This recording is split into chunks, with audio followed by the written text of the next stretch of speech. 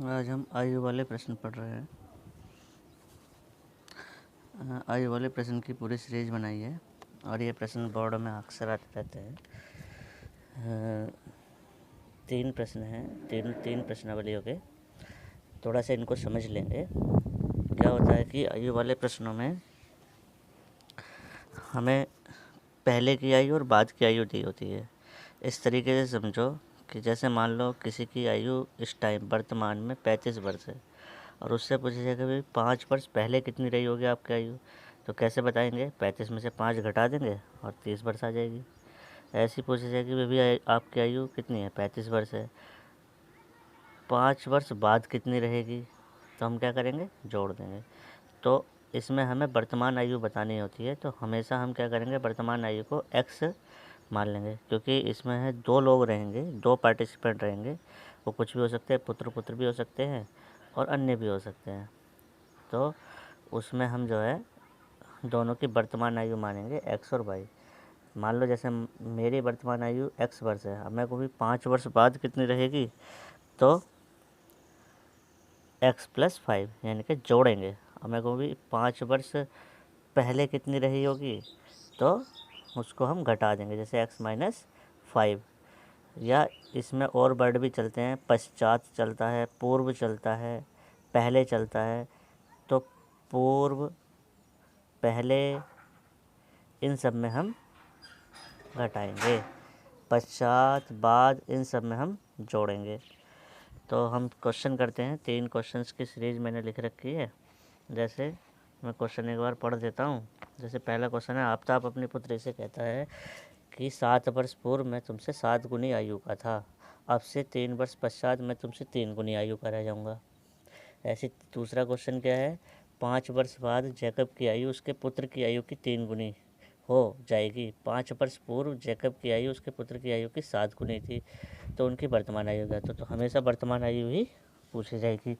फिर last question क्या है, वो कह रहा है 5 वर्ष पूर्व नूरी की आयु सोनू की आयु की 3 गुनी थी, 10 वर्ष पश्चात नूरी की आयु सोनू की आयु की 2 गुनी हो जाएगी। नूरी और सोनू की आयु ज्ञात करो।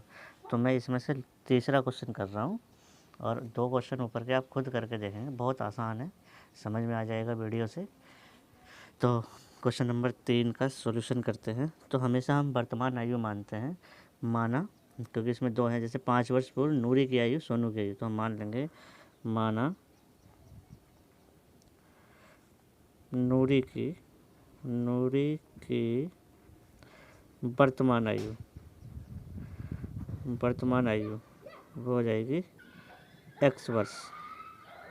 फिर हम कहेंगे सोनू की वर्तमान आयु वो हो जाएगी y वर्ष। इस तरीके से कहेंगे।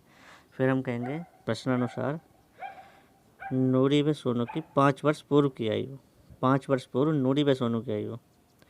प्रश्नानुसार 5 वर्ष पूर्व नूरी व सोनू की आयु क्रमशः। तो 5 वर्ष पूर्व की बात हो रही है, यानी कि पहले की बात हो रही है। तो क्या हो जाएगी? x - 5 और y - 5। फिर कह रहा है वो 5 वर्ष पूर्व नूरी सोनू की 3 गुनी आयु की थी। नूरी की आयु सोनू की आयु की 3 गुनी थी। सोनू की आयु की 3 गुनी थी। 3 गुनी थी। तो कितना हो जाएगा? एक तरफ जो है नूरी की आयु लिख लेंगे, एक तरफ सोनू की आयु लिख लेंगे। अब इसमें ये देखना है कि भाई नूरी बड़ी है या सोनू बड़ा है। तो इसमें नूरी बड़ी है। नूरी की है 3 गुनी आयु पहले थी। अब जो बड़ा होगा और उसकी में अंदर और गुणा कर दे तो वो और बड़ा हो जाएगा। तो जो छोटा होता है उसमें गुणा की जाती है बराबर करके। तो हम क्या करेंगे? y - 5 यानी कि सोनू की आयु में गुणा कर देंगे। तो x - 5 = 3 × बाई माइनस 5। तो इससे इसको सरल करके रैखिक समीकरण बनाएंगे। तो रैखिक समीकरण कैसे बनेगी, इसके गुणा करा लेंगे तो x माइनस 5।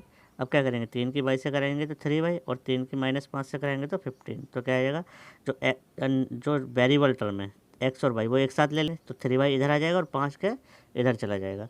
तो x, अब 3y इधर प्लस का तो x minus 3y is equal to minus 15 plus 5। तो कितना हो जाएगा, x minus 3y is equal to हो जाएगा कितना, माइनस के 10। पहली समीकरण बन जाएगी ये। अब क्या करेंगे, ऐसी दूसरी कंडीशन लेंगे। सेकंड कंडीशन क्या है, सेकंड कंडीशन है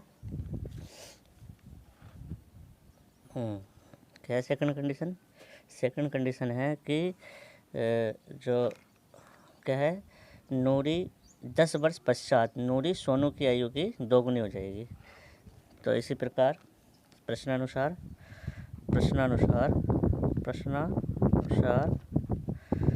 10 वर्ष पश्चात नूरी सोनू की आयु की दोगुनी हो जाएगी।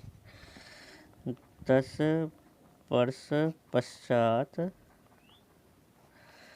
नूरी सोनू की आयु की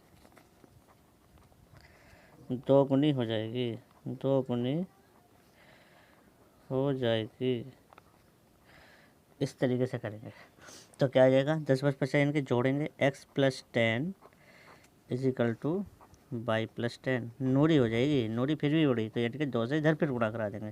तो क्या आ जाएगा, x plus 10 is equal to 2y plus 20। तो कितना हो जाएगा, x minus 2y is equal to कितना हो जाएगा, 20 माइनस 10। तो x minus 2y is equal to कितना हो जाएगा, 10। समीकरण नंबर 2। अब इन दोनों समीकरणों को किसी भी विधि से हल कर सकते हैं, क्योंकि मैंने तीनों विधियां आपको सिखा दी हैं। सब्स्टिट्यूशन मेथड, जिसको हम जो है प्रतिस्थापन कहते थे, और विलोपन, जिसको हम जो है एलिमिनेशन मेथड कहते थे, और दूसरा क्या था, क्रॉस मल्टीप्लिकेशन, जिसको हम बीजगुणन कहते थे। तीनों की वीडियोज़ मैंने डाल दी थी। अब इन्हीं विधियों में लैंग्वेज वाले क्वेश्चन आ गए हैं। अब इन विधियों में लैंग्वेज वाले क्वेश्चंस को हम हल करें तो हम किसी भी विधि से हल कर सकते हैं, जिससे आपको अच्छा लगे। तो मैं इसको विलोपन विधि से हल कर रहा हूँ। तो विलोपन विधि से हल करेंगे तो क्या करेंगे, विलोपन विधि से हल करने पर, विलोपन विधि से हल करने पर, तो विलोपन विधि से हल करेंगे तो समीकरण 1/2 से, समीकरण 1/2 से, तो विलोपन विधि से हल करेंगे तो क्या करते हैं, विलोपन विधि में एक को एलिमिनेट करते हैं। तो समीकरण लिख लेंगे x minus 3y is equal to minus 10। दूसरी आ जाएगी x minus 2y is equal to 10। तो क्या करेंगे, यहाँ घटाने पर लिखेंगे। क्यों लिखेंगे घटाने पर, क्योंकि x की टर्म एक जैसी है। हाँ, क्योंकि विलोपन विधि में क्या होता था कि भाई एक जैसी टर्म बनानी होती है, और इसमें हमें पहले से एक जैसी दे रखी है, तो x वाले को गायब कर देंगे।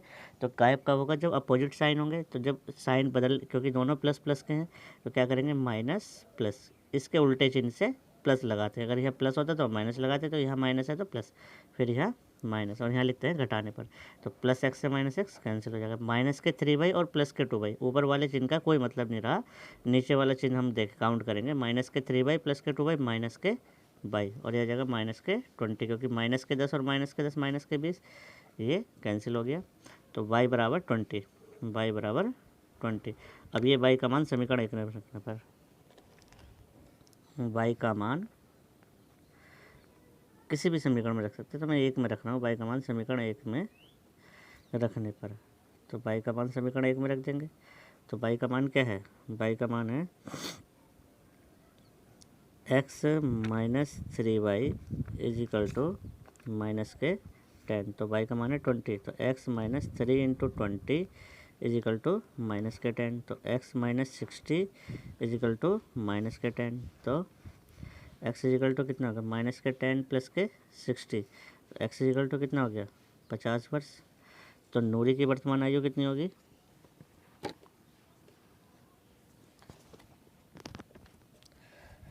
नूरी की वर्तमान आयु,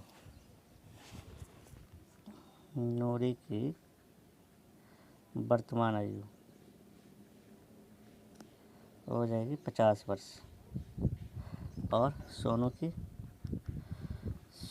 की वर्तमान आयु वो हो जाएगी कितनी, वो हो जाएगी आपकी 20 वर्ष। इस तरीके से हम क्वेश्चंस को हल करेंगे, और जो अन्य क्वेश्चंस भी है उनको भी हम ऐसे ही हल करेंगे, और इसको हल करके आज मुझे दिखाएंगे सारे बच्चे। और फिर हम जो है कल चाल समय काम समय वाली पूरी एक सीरीज लेकर आएंगे। तो कभी चाल समय काम समय में ट्रेन वाले सवाल हैं, नाप वाले सवाल हैं, और 6 नंबर के और 3 नंबर के बोर्ड में बहुत आते हैं। तो कल हम जो है काम समय चाल समय वो दोनों की सीरीज लेकर आएंगे। करीब वो 7 8 10 क्वेश्चन है लगभग, तो उनको सबको करेंगे। तो इसी तरीके से हम करेंगे। मैंने प्रश्नावली भी डाल दी है, कौन सी प्रश्नावली से कौन सा क्वेश्चन लिया गया। तो आयु वाले इस चैप्टर के तीसरे चैप्टर के सारे क्वेश्चन आ गए हैं।